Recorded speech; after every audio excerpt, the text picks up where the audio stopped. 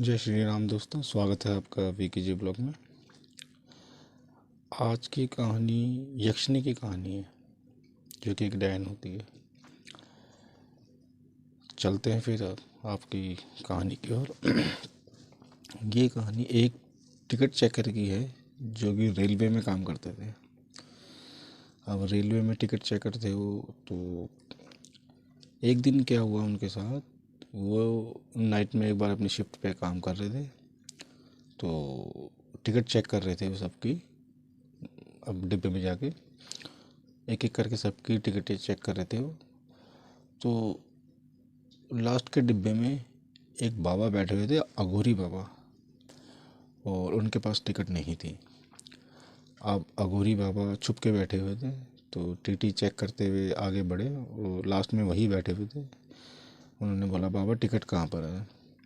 बाबा ने बोला, बेटा मेरे पास कोई टिकट नहीं है और तो मेरे को ऐसे ही जाने दे। तो टीटी ने कहा, बाबा ऐसे नहीं जा सकते, जुर्माना भरना पड़ेगा आपको, आप दंड दंड दीजिए आप। तो बाबा ने बोला, बेटा मेरे पास पैसे तो नहीं है, लेकिन लेकिन मैं तुझे एक चीज़ दे सकता हूँ जो कि तेरे बहुत काम आएगी। वो कहता है, ऐसी क्या चीज़ है जो मेरे काम आएगी? कह रहा, आज दुनिया में सबको क्या चाहिए होता है? पैसा चाहिए होता है, धन दौलत चाहिए होती है। कह रहा, सब तेरे को मिल जाएगी, मेरे पास एक ऐसी चीज़ है, यक्षिणी नाम है उसका। अगर तू चाहता है तो मैं तेरे को वो दे सकता हूँ, और तू मन चाहा उससे काम करवा, जितनी मर्जी धन दौलत अपने पास इकट्ठी कर, वो तेरी पूरी मदद करेगी।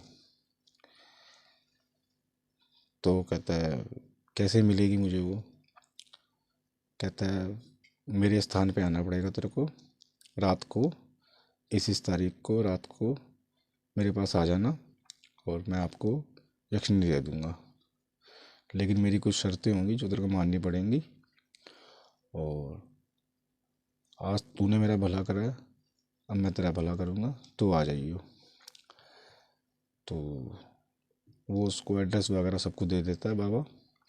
कह रहा, इस रात को आ जाइयो, और एक साधना होगी, साधना करेंगे, साधना के बाद यक्षिणी तेरी हो जाएगी, फिर जो तू चाहे वो कर सकता है उससे।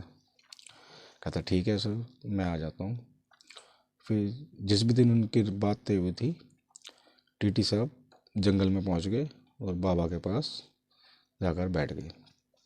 बाबा ने पूरी तैयारी कर रखी थी, और फिर बाबा ने एक बात बोली कि तेरे को यक्षिणी से शादी करनी पड़ेगी, उसके बाद वो तेरी होगी।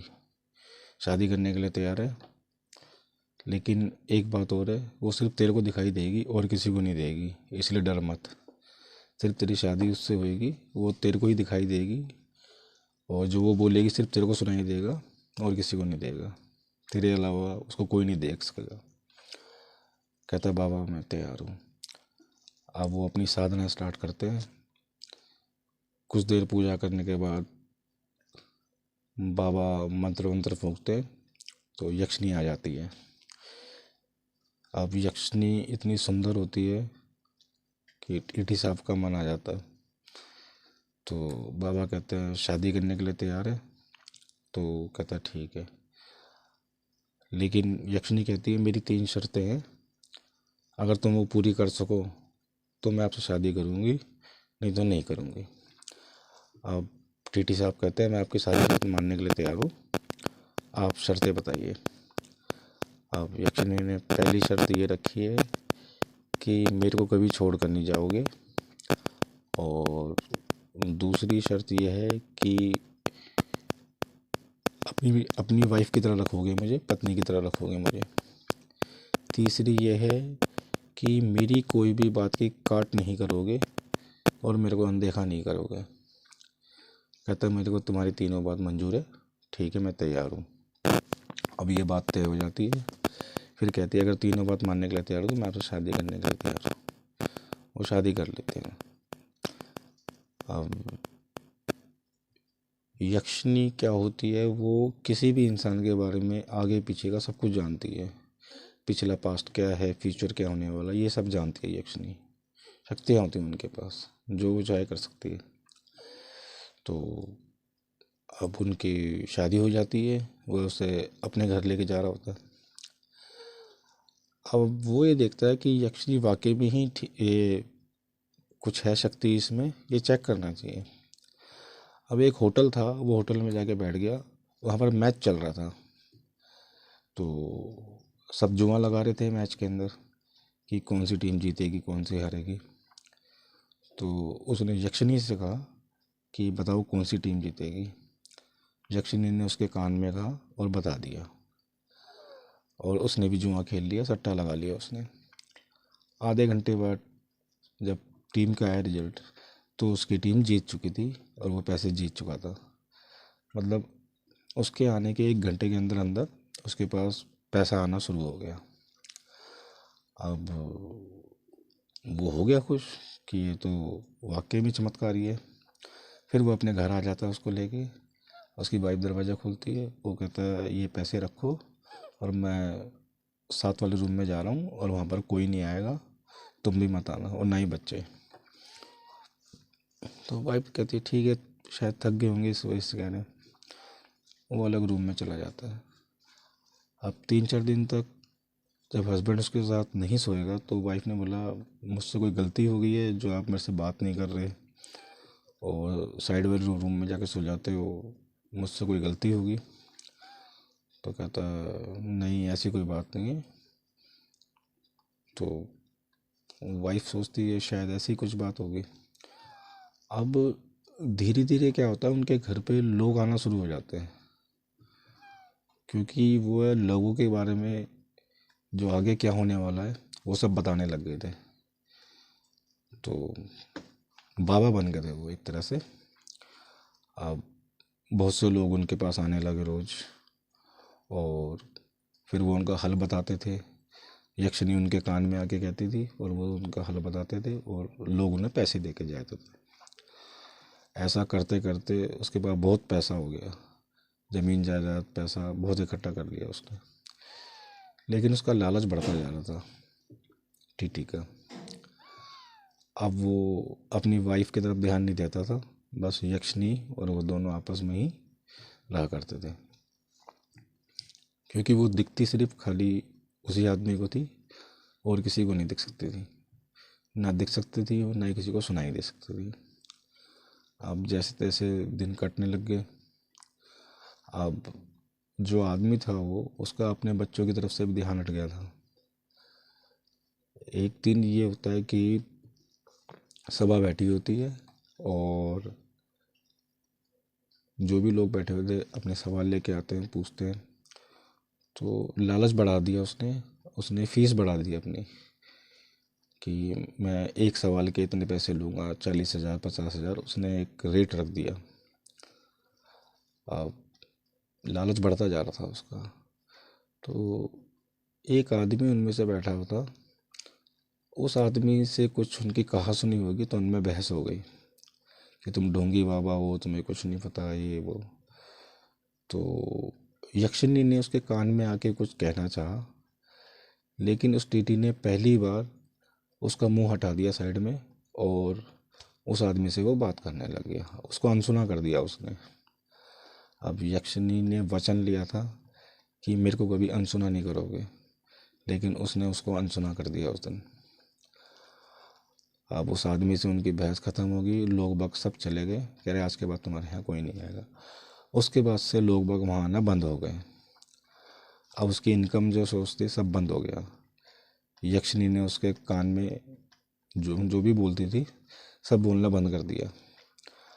अब लोग भी आना बंद हो गए। अब उसकी हालत बहुत बुरी हो गई थी।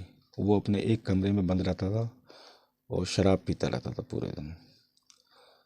पूरा दिन सुबह से लेकर शाम तक शराब ही पीता रहता, ड्रिंक करता रहता था। हालत अपनी बहुत ख़राब कर ली थी। फिर कुछ दिनों बाद उसके बच्चे की तबीयत ख़राब होती है। वो कहते हैं बच्चे की तबीयत ख़राब है, इसे हॉस्पिटल लेके जाना, आप इसकी तरफ देखते भी नहीं हो। तो यक्षिनी उसके कान में आके बोलती है इसको बोल कि ये बच्चा मर जाएगा कल तक। तो उसका पति उसको कहता तेरा बच्चा मर जाएगा। वो कहती है क्या कह रहे हो, आप इसके पिता हो और आप ही ये बात बोल रहे हो कि ये मर जाएगा। तो लेकिन उसको होश ही नहीं होता, वो उतना बोल के अपने कमरे में चला जाता है। अगले दिन उसका बच्चा मर जाता है।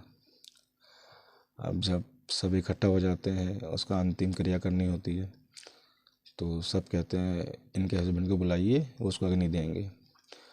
अब जो पिता होता है, जो आदमी था टीटी, वो कहता है कि मेरा इस बच्चे से कोई संबंध नहीं है और ना ही ये औरत से, जाओ निकल जाओ यहाँ से। अंतिम क्रिया भी नहीं करता वो। इतना मतलब कि यक्षिणी ने उसको पागल कर चुका था वो, कि उसने अपने परिवार को भी छोड़ दिया। यक्षिणी ने उसका दिमाग खराब कर दिया था, मेंटल कर दिया था उसको। तो उसकी पत्नी भी उसको छोड़ के चली जाती है, लेकिन पत्नी तो पत्नी होती है, उससे रहा नहीं गया। एक रात वो देखने आती है कि आखिर ये इतना अजीब सा बिहेवियर करते हैं, आखिर बात क्या है।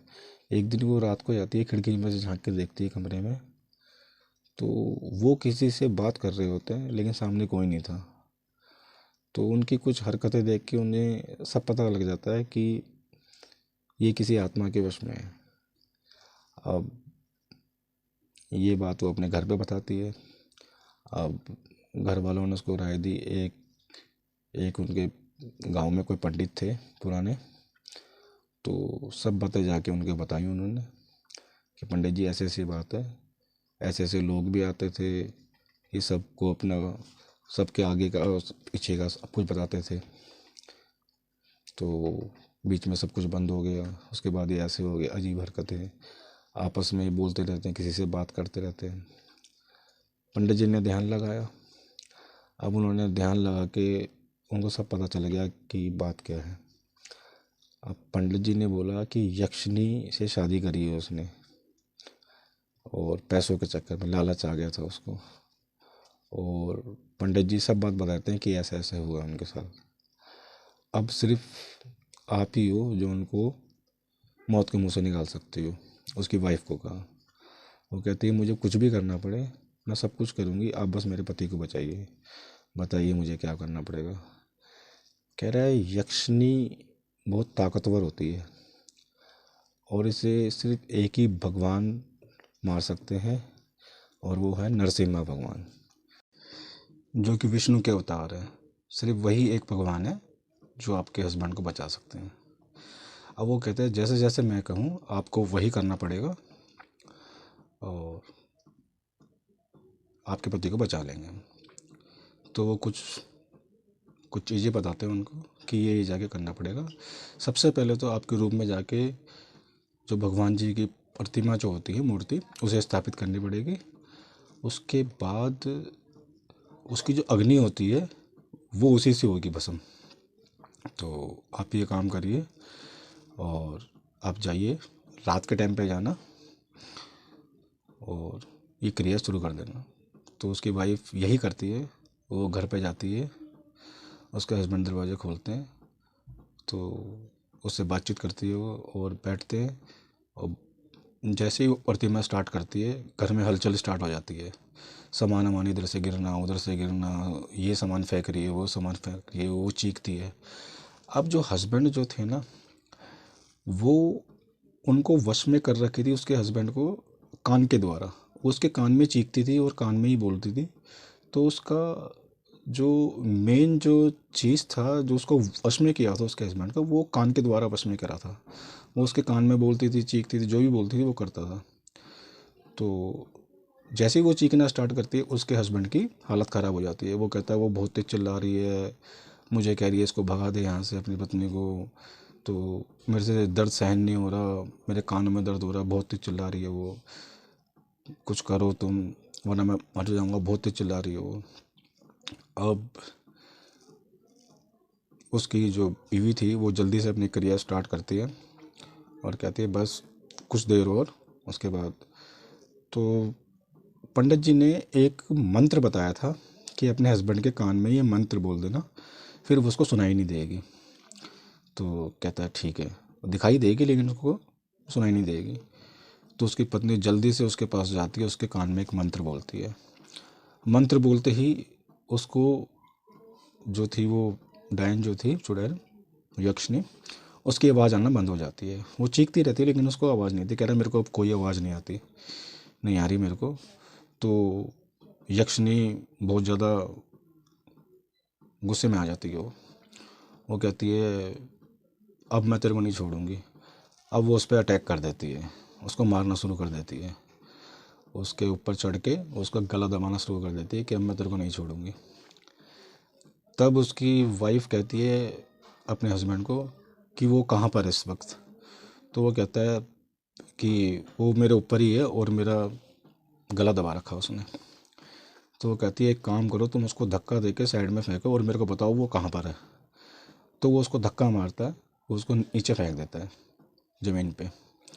तो वो कहती है, तो उसका हस्बैंड कहता है कि ये यहाँ पर है वो, और तुम जल्दी से अपना जो भी है काम शुरू करो। तो फिर वो अग्नि लेके आती है जो दिए में जल रही होती है भगवान जी की। अपनी क्रिया पूरी करने के बाद वो अग्नि लेके फिर वो उसके ऊपर डाल देती है, वही यक्षिणी के ऊपर, वो पूरी जल जाती है।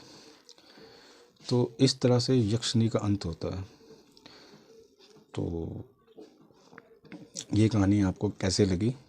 अच्छी लगी तो कमेंट करना, शेयर करना, लाइक करना। जय श्री राम, जय हिंद।